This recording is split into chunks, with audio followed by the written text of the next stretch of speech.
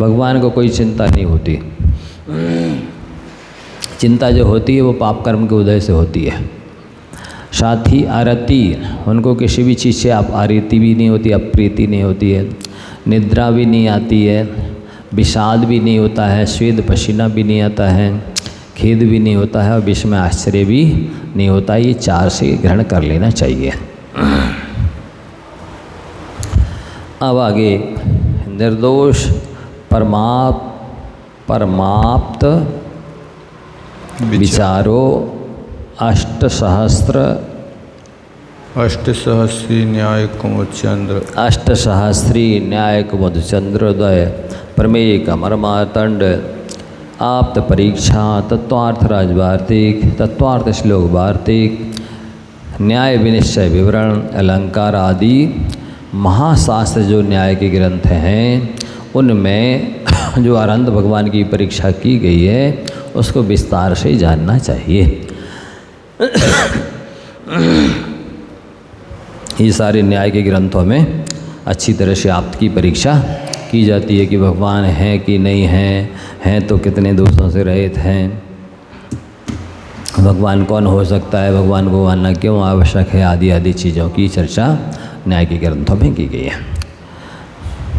जिणवर चरणम्बुरुहम रमन्ति जे परम भक्तिरायणे तेजम वेल्लिमूलम कणन्ति वरभावशतिणे। अब यहाँ पर अरहंत भगवान को नमस्कार करने का फल बता रहे हैं। जिनवर चरण अम्बुरुहम, जो जिनेन्द्र भगवान की चरण कमल को परम भक्ति रायणे, परम भक्ति के राग से नमन्ति, नमस्कार करते हैं। वे भव्य जीव क्या करते हैं? बर भाव सत्थेण, श्रेष्ठ भाव रूपी शस्त्र के द्वारा जन्म बेल्ली मूलम, जो जन्म जिन कर्मों के उदय से इस जीव को बार बार जन्म लेना पड़ता है उन जन्मों की बेल माने जड़ कोई नष्ट कर देते हैं। ये भगवान की नमस्कार का फल बताया जा रहा है। भगवान को जो बर भक्ति भाव में लिखा है, श्रेष्ठ भक्ति रूपी भाव से, भक्ति भाव से सहित होकर के नमस्कार करते हैं, वे उस श्रेष्ठ भक्ति रूपी शस्त्र के द्वारा जो जन्म मरण होता है जिस कर्म के उदय से, उन कर्मों को जड़ से ही नष्ट कर देते हैं। जिन्हों अनेक विषम भाव गहन मध्य व्यसन प्रापण हेतुन। जिनेंद्र भगवान कौन होते हैं? तो बोलते जो अनेक जो विषम संसार रूपी गहन माने जंगल है उसमें जो प्राप्त होने व्यसन माने दुख हैं, उनकी प्राप्त कराने के हेतु वो जो कर्म रूपी अरातीन माने शत्रु हैं, उनको जिन्होंने जयति जीत लिया है वो जिन होते हैं। ये जिनेंद्र भगवान की परिभाषा बता दी। कौन होते जिन? अनेक विषम संसार भाव रूपी गहन जंगल में प्राप्त होने वाले दुख हैं, उनके प्राप्त कराने के कारणभूत कर्मों को जिन्होंने जीत लिया है, नष्ट कर दिया है, वो जिन होते।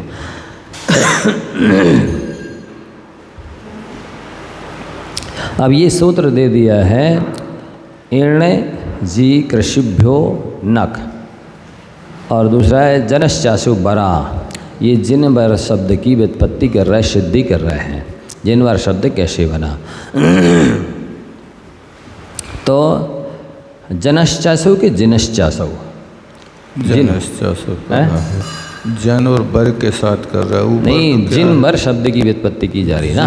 जय धातु से नक प्रत्यय करके जेना किया है तो जिन बनेगा ना, जन कहाँ से आ जाएगा? इसलिए जी कह रहे हैं कि वो जिन जो बनाया जनश्चासु, जनों में जो श्रेष्ठ है। जनों में नहीं, जिनों में जो श्रेष्ठ है, जिनकी व्युत्पत्ति की जाती जयति इंद्रियाणीति जिना, तो उसमें आते हैं मुनि महाराज गणधर देव। उनमें भी जो वर श्रेष्ठ हैं जिनेन्द्र देव जो हैं गणधर देव से भी वंदनीय है, आचार्य पद्य साधु से भी वंदनीय है, श्रुत केवली से भी वंदनीय है। तो उनमें जो श्रेष्ठ हैं वो जिनवर कहलाते हैं। एक जनों का अर्थ ये भी है कि जो मनुष्यों में श्रेष्ठ हैं वे जिनवर हैं, अथवा फिर दूसरी व्युत्पत्ति कर रहे हैं, अथवा हाँ, दो व्युत्पत्ति करके बताते, एक तो मनुष्यों में श्रेष्ठ है, दूसरा जिनानाम गणधर देवादीनाम मध्य वरा श्रेयस करो।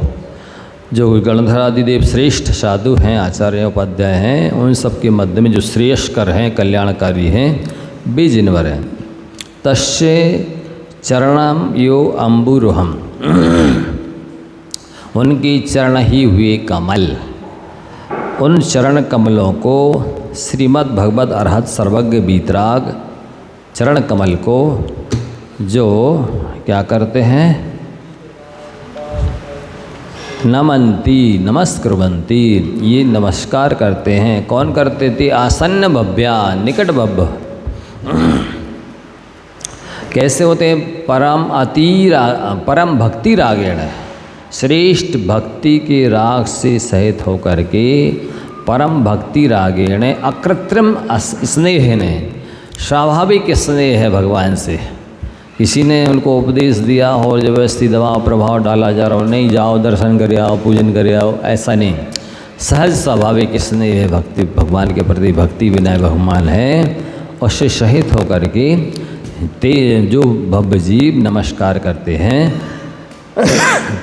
ते पुरुषाः जन्म बल्ली मूलम, वे भव्य जीव जन्म की जो जड़ है उसको, जन्म मरण जो होता है जिस कर्म को से, उस लता की जड़ को ही खननती, नष्ट कर देते, उखाड़ देते हैं। इति संबंध है, ऐसा संबंध कर लेना चाहिए।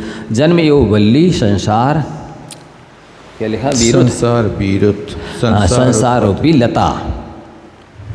आसमंतात, यहाँ पर क्या लिखा है? अनंतानंत प्रसारत्वात् तस्या मूलम कंदम करन्ति उत्पादयन्ति उद्धरन्ति समूल काशम कशन्ति इत्यर्थः। इतने छोटे अक्षर की मोहस्य विच्छेदकत्वात्। अनंत अनंत जो जिसका प्रसार है, कैसी है वो जन्म रूपी लता बेली? अनंत अनंत संसार जिसका फैलाव है, उसके मूल को, कंद को खननती, नष्ट कर देते हैं, उत्पाटयंती, उद्धरंती, उखाड़ देते हैं। मूलम का समूल का सम्मान जड़ से ही नष्ट कर देते हैं, ये कहने का तात्पर्य है। मोहस्य विच्छेदकत्वात्, मोह के नाशक हैं भगवान, इसलिए संसार वल्ली मूलम मिथ्यात्व मोहा, संसार रूपी लता का मूल मिथ्यात्व है। तस्य मूलम खनन्ति, उस मिथ्यात्व को जो नष्ट कर देते हैं, वे सम्यक दृष्टि भवन्ति, वे सम्यक दृष्टि होते हैं। उक्तम च यशी का है श्री भोजराज महाराज ने। महाराज बना रहे हैं, ये तो पंडित हैं मेरे ख्याल से, भूपाल चतुर्विंशति का लेखक। भोजराज नाम कैसे दिया? उनका नाम भूपाल चतुर्विंशति। भोपाल चतुर्विंशति क्या है? तो भोपाल राजा हैं, महाराज राजा के लिए कह रहे होंगे जो भोजराज महाराज ने। सोप्तोत्थिथेन सुमुखेन सुमंगलाय द्रष्टव्यमस्ति यदि मंगलमेव वस्तु अन्येन किं तदनाथ तवैव वक्त्रम् त्रैलोक्य मंगल निकेतनमीक्षणीयम्।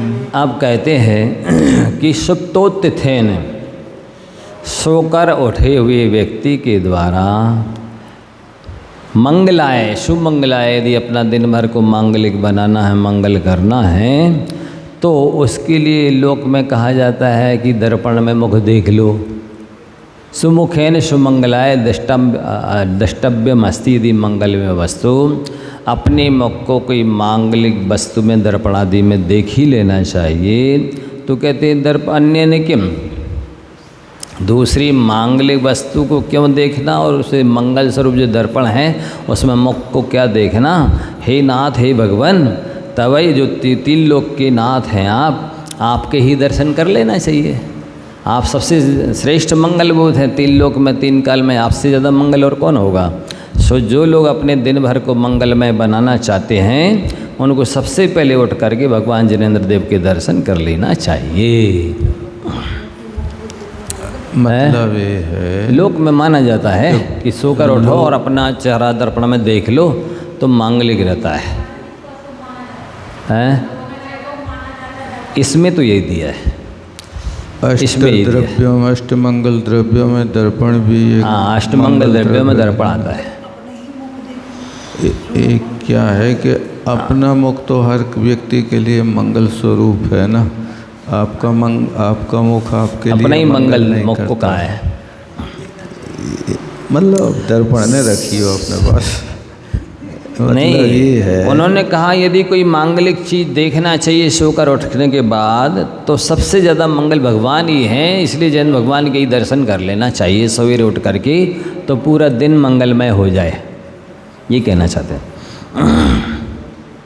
त्रैलोक मंगल निकेतनम वक्त्रम तवेव ईक्षणीयम। हाँ 3 लोक के मंगल का एक निकेतन घर है, 3 लोक के नाथ भगवान जिनेंद्र। मुख ही है, इसलिए आपके दर्शन करना चाहिए। अब अकेले दर्पण से नहीं लगाते, मतलब कोई भी मांगलिक वस्तु, कोई भी मंगल चीज देख लेना चाहिए, दूध देख लिया, जाए, साधु का दर्शन हो जाए, 2 बैल मिल जाए, कन्या दिख जाए, भरा कलश दिख जाए, घोड़ा दिख जाए, ये सब चीज़ें मंगलिक हैं। नहीं दर्पण मतलब मंगल के लिए मंगल वस्तु देखते हैं, मंगलमय वस्तु। मंगल के लिए सुमुखेन अच्छे मुख वाले व्यक्ति को यदि कोई वस्तु देखने लायक है तो हे जिनेंद्र भगवान आपके ही दर्शन कर लेना चाहिए उस व्यक्ति को, तो उसका दिन मंगलमय हो जाए ऐसे। और वो लोक मंगल भी चलते हैं ना कई प्रकार के, और वो लोक मंगल होता है तो मंगल के लिए वो लोक में मंगल होता है ना, तो कई चीज़ें हैं व्यवहार मंगल माने गए हैं, इनको देख लेने से शुभ हो जाता है। बछड़ा आदि गाय, किराने की दुकान वाले अपनी दुकान को मंगल मानने के लिए हल्दी को सबसे आगे रखते हैं। हल्दी मांगलिक है, सरसों है, चावल है, अखंड तंदुल है, ऐसे कुछ चीज़ें पहले वे उसको आगे रखते हैं, उससे मंगल होता। खनंती निमूल काशम कशंती केन कृत्वा, खनते हैं, नष्ट करते हैं, जड़ से उखाड़ते हैं, किसके माध्यम से, बर भाव शस्त्रेण, श्रेष्ठ भाव रूपी शस्त्र के द्वारा, विशिष्ट भावना कुदालेन, दात्रादि नवाब, विशेष प्रकार का जो भावना रूपी कुदाल है या हंसिया है इत्यादि के माध्यम से, वही हुआ भाव रूपी शस्त्र। उसके माध्यम से ये भवजीव अपने जन्म जरा मरण को नष्ट कर लेते हैं, मिथ्यात्व आदि को नष्ट कर लेते हैं। जय सलिलेन न निपै कमल निपत्तम सहापैडिये, तय भावेण लिपै कषाय विषय ही सा पुरुषो। दृष्टांत के माध्यम से समझाते हैं कि सत्पुरुष कैसे होते हैं। जह सल्लेन, जिस प्रकार से कंपानी के द्वारा, कमलिनी पत्तम, कमलिनी का पत्ता स्वभाव पैडिए, वो स्वाभाविक प्रकृति है उसकी कि वो पानी से लिप्त नहीं होता है। कमलिनी का पत्ता अपने में पानी को धारण नहीं करता है, स्वभाव से ही उसकी जैसी सी प्रकृति है। तह उसी प्रकार से सब पुरुषों, जो सत्पुरुष होते हैं, वो कषाय विषय ही भावेण न लिपई, कषाय और विषय से भावपूर्वक लिप्त नहीं होते। स्वभाव से उनकी भी ऐसी प्रकृति होती है कि विषय कषाय से वो सत्पुरुष विरक्त रहते हैं। कमल अलग होता है, कमलनी अलग होती है। कमल अलग होता, कमलनी अलग होती। हाँ कमलनी कमलनी देख जानते नहीं अपन कैसी होती है। वो चिकनी रहते हैं उसके पत्ते, हैं दोनों ही, कमल का पत्ता भी वैसी होता है और कमलिनी का पत्ता भी वैसे होता है। नैनागिरी में देखा था एक बार, देखा था, लेकिन अब कमलनी कौन सी है इसको पहचानते नहीं। हाँ हाँ,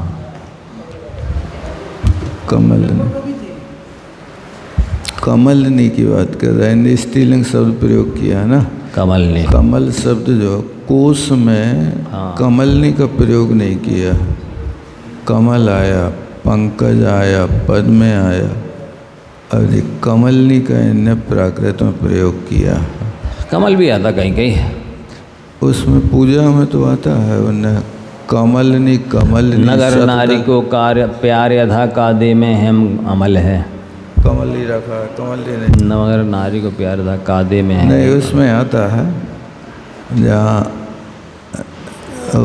पंच कल्याणक का पाठ करते हैं ना, कमलनी कमलनी सद विराजे ही, ऐसा जन्म कल्याणक का जब पढ़ते पंच कल्याणकों में, तो उसमें आता है।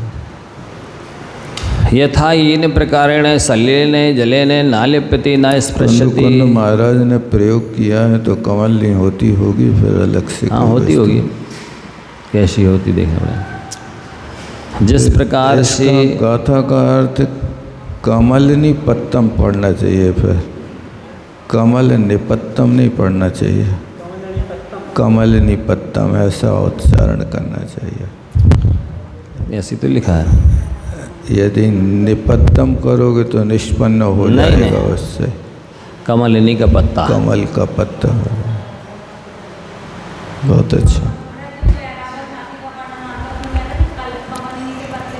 हाँ उसी में वही मैं कह रहा हूँ, अभिषेक उसमें है, जन्म कल्याणक के विषय में वही भी।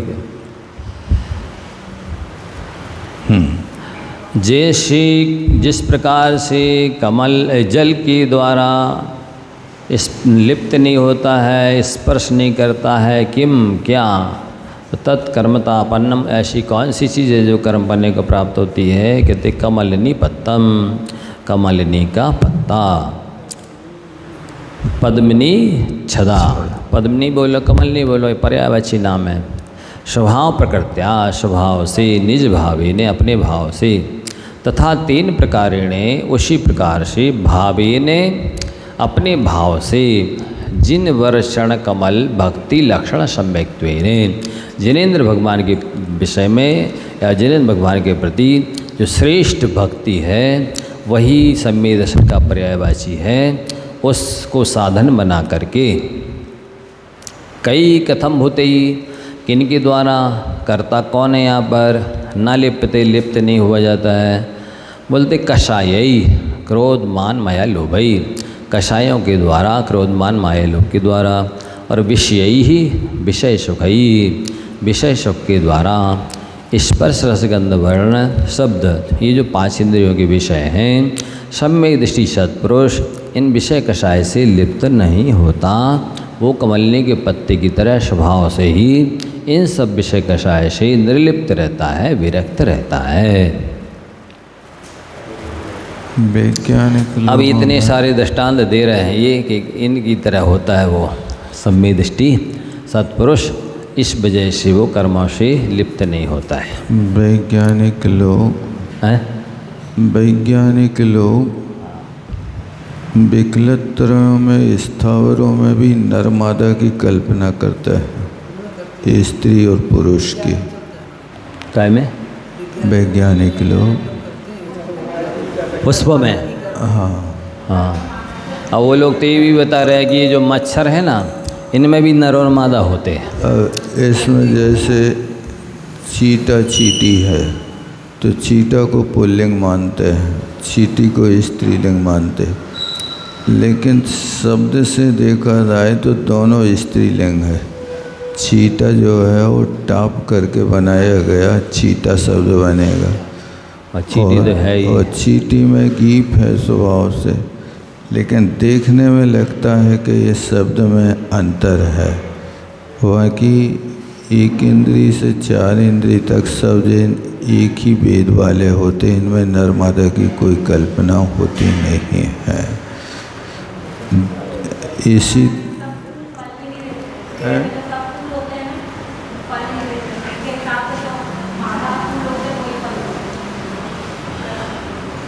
वैज्ञानिकों की बहुत सारी मान्यता ऐसी हैं जो जैन सिद्धांत से मेल नहीं खाती।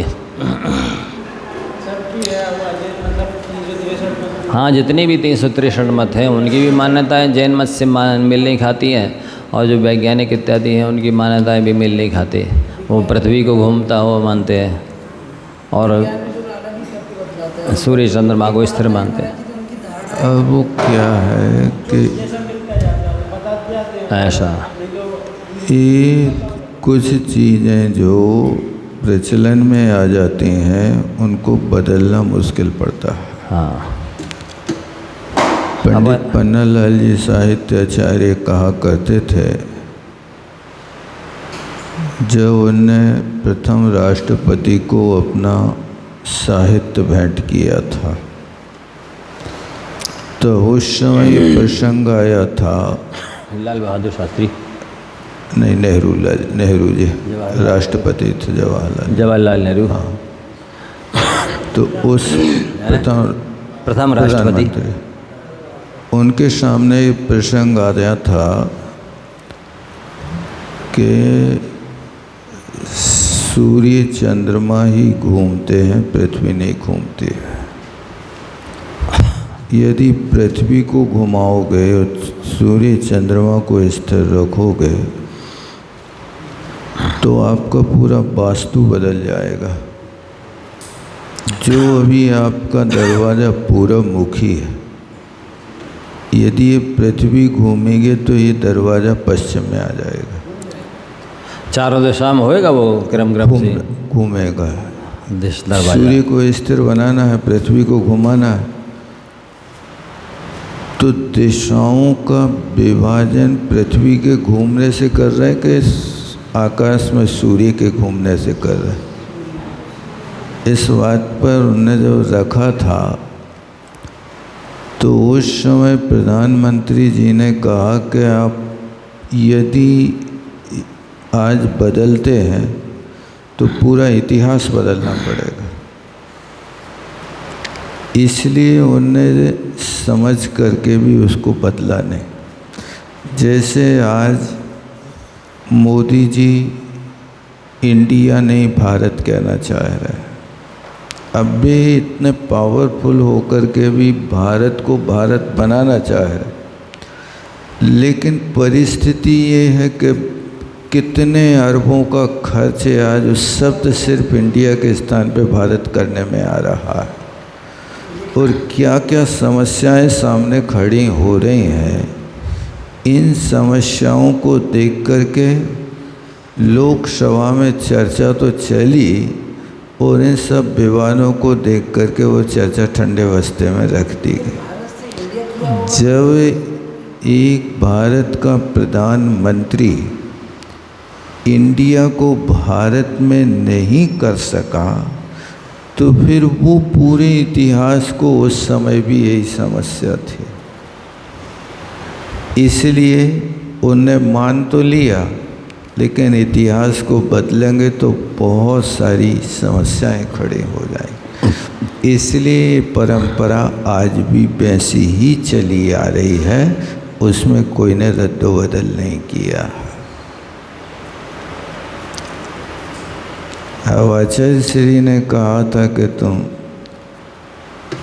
भारत का इंग्लिश में अनुवाद करके बताओ।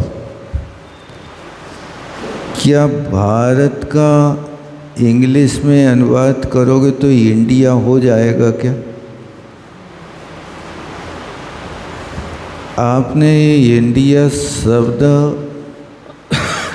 कोई अनुवाद नहीं किया इंग्लिश में, हिंदी से कोई अनुवाद नहीं किया। ये तो इंडिया शब्द आपने गाली के रूप में रखा, और इंडिया नाम इस पड़ा कि जो इस क्षेत्र में रहने वाले लोग हैं।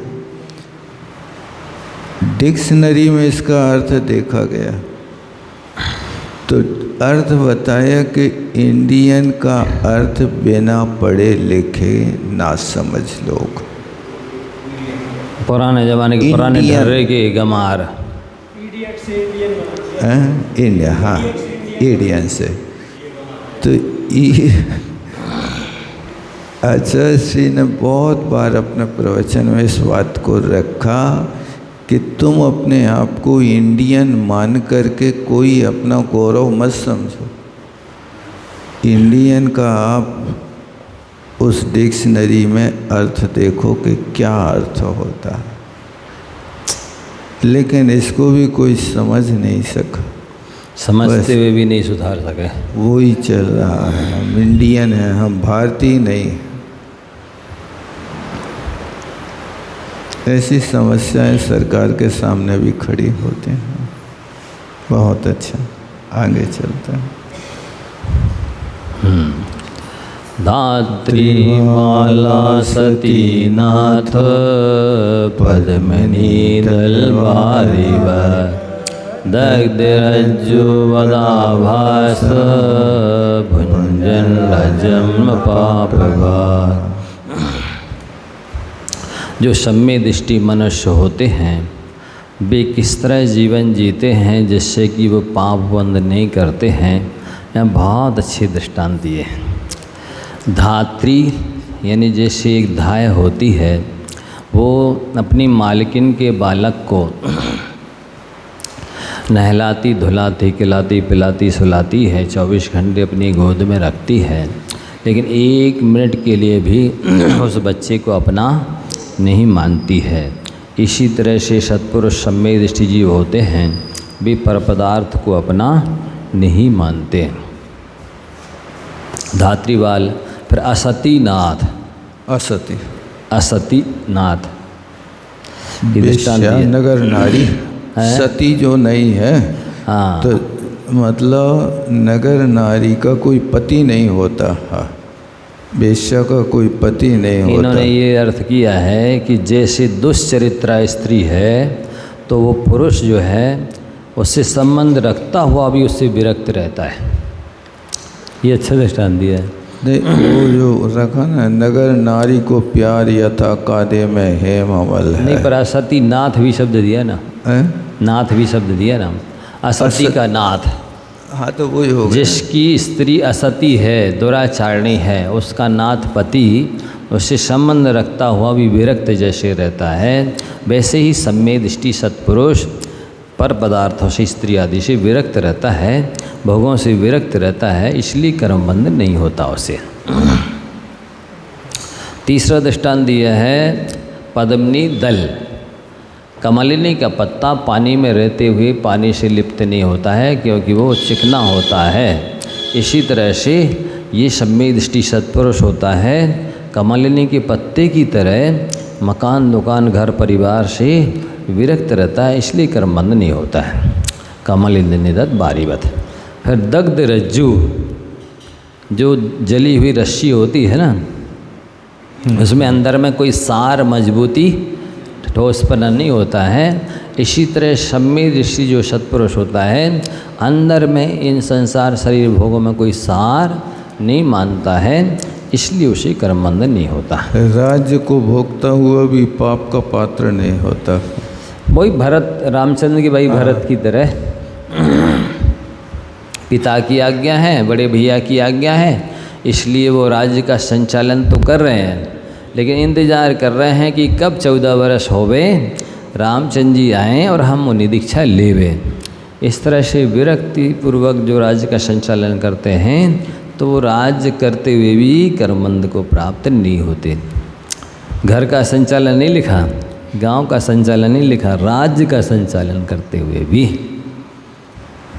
पाप भागना, पाप बंध को प्राप्त नहीं होते। इसका अर्थ पढ़ते हैं, सम्यक दृष्टि मनुष्य धात्री बाल। दग्ध रज्जु नया रखा। हाँ, दौलत राम जी ने कादे में हेम अमल है, सोना कीचड़ में सोना, कीचड़ में सोना पड़ा है तो भी निर्मल है।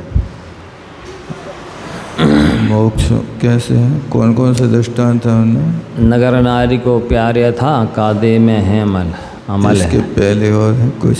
और क्या है? मोक्ष माल की प्रथम सीढ़ी याविन ज्ञान चरित्रा, सम्यकता न लहे सुदर्शन धारो नहीं, इसके डोल समय से ठीक। हाँ है तो कुछ पंक्ति।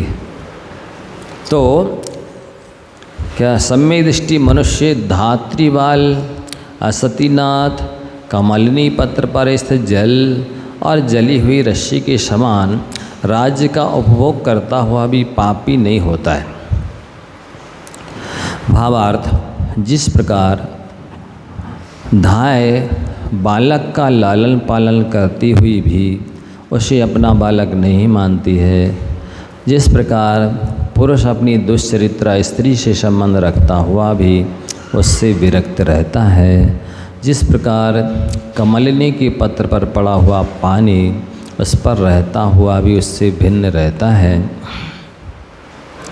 और जली हुई रस्सी जिस प्रकार ऊपर से भांज को लिए हुए दिखती है परंतु भीतर से अत्यंत निर्बल रहती है, इसी प्रकार सम्यक दृष्टि जीव राज्य आदि का उपभोग करता हुआ भी अंतरंग में आसक्त नहीं होता है, अतः पापी नहीं कहलाता। अद्भुत है, कैसी दृष्टि हो जाती है सम्यक दृष्टि की, भेद विज्ञाने की कहना चाहिए कि वो कितना सब कुछ करते हुए भी अंदर में निष्प्रह निर्लिप्त विरक्त अनासक्त हो जाता है। ये करते ब्रुवन्नपि नहीं ब्रूते गच्छन्नपि न गच्छति स्त्री कृतान्तस्तु पश्यन्नपि न पश्यति, बोलते हुए भी नहीं बोलता है, देखते हुए भी नहीं देखता है, खाते हुए भी नहीं खाता है, चलते हुए भी नहीं चलता है। स्त्री कृतान्तस्तु, उसने तो ये दृढ़ निश्चय कर लिया है कि मैं तो मात्र ज्ञायक हूँ, तो पश्यन्नपि न पश्यति, देखते हुए भी नहीं देखता है। ते चिए भणामि हम जे शैल कलाशील संयम गुणे ही बौदोषाणावासो सुमलिन चित्तो न शावै समोसो। अब क्या कह रहे हैं? तेचिए तान यो भड़ामी अहम जे शैल कलाशील संयम गुणे हैं, जो समस्त सकल कला शील संयम आदि गुणों से सहित हैं, उन्हीं के विषय में हम कह रहे हैं। लेकिन जी बहुदोषाणाम आवासो, जो बहुत सारे दोषों की खान हैं, वो मलिन चित्त वाले हैं, वे तो श्रावक के भी समान नहीं है। श्रावय समो सो ना, श्रावक के भी समान जो निर्व मलिन चित्त हैं अंदर में, वे श्रावक के समान भी नहीं है।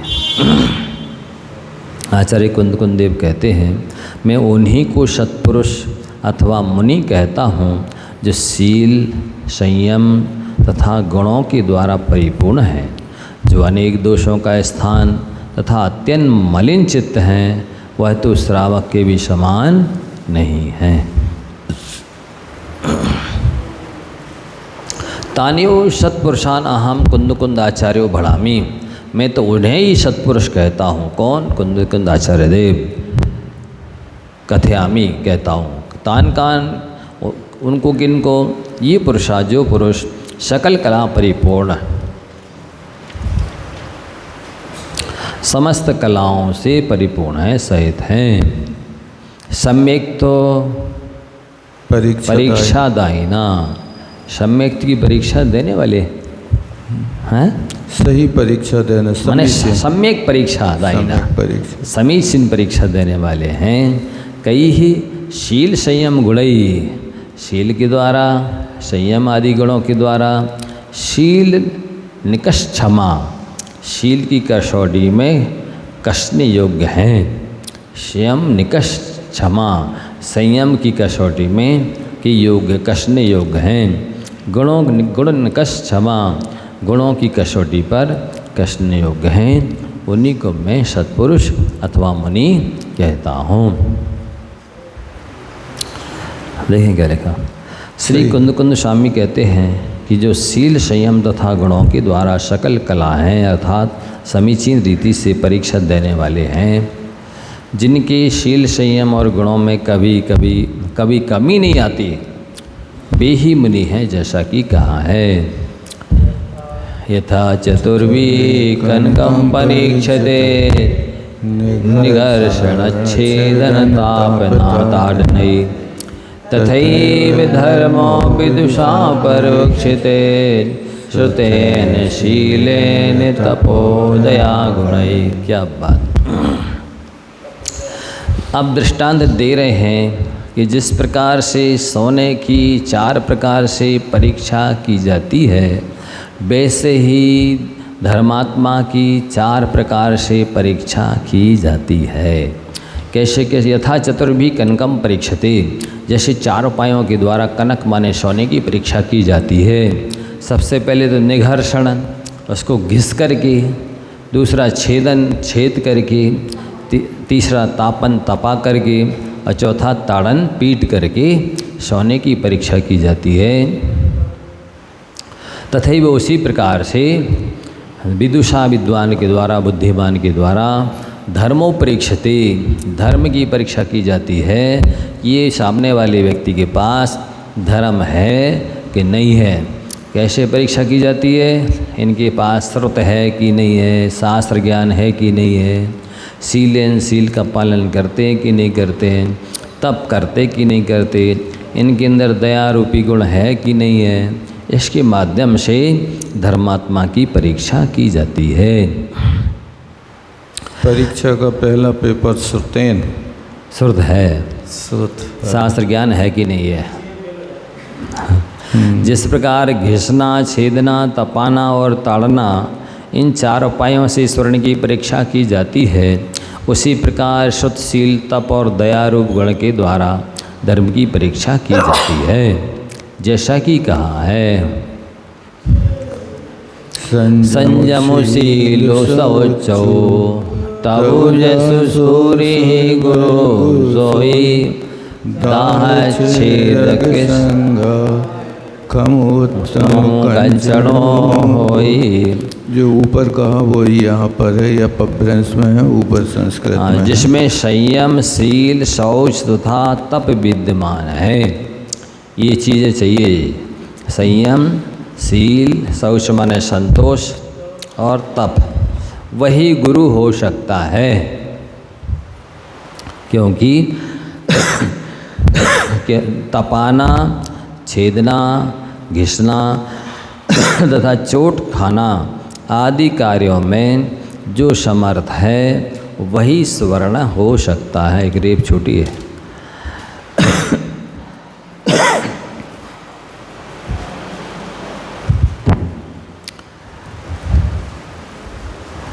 अब कहते हैं बहूनाम दोषाणाम अतिचारादीनाम आवासो गृहम अथवा बधूनाम दृष्टिणाम दोषाणाम बाहूनाम आवासा आलिंगिको मुनि। क्या कह रहे हैं? इसके विपरीत जो अनेक दोषों तथा अतिचारों का आवास माने स्थान हो, अथवा विषय भोगादि करता हो, तथा जिसका चित्त सुट्ठु अतीव अत्यंत मलिन हो, वह मुनि नहीं है। वह तो श्रावक के भी समान नहीं है, क्योंकि श्रावक दान पूजा आदि लाभ से संयुक्त होने के कारण उत्तम है। जैसा कि कहा है, वरम गार्हस्थमेवाद्ये तपसो भावी जन्मेना शास्त्री कटाक्ष लुंटाक लोप्य वैराग्य संपदा। क्या कहते हैं? आगे होने वाले उस तप की अपेक्षा तो जिसमें कि देवांगनाओं के कटाक्ष रूपी लुटेरों के द्वारा वैराग्य रूपी संपदा लुट जाती है, आज गृहस्थ रहना ही अच्छा है। कहने का मतलब ये है कि जहाँ वैराग्य है वही तप, वही गृहस्थ धर्म है, वही मुनि धर्म प्रशंसनीय है। जहाँ वैराग्य नहीं है, गुण नहीं है, संयम तप आदि नहीं है, वो ना गृहस्थ है ना मुनि है। अब ये सूत्र दिया जा रहा है।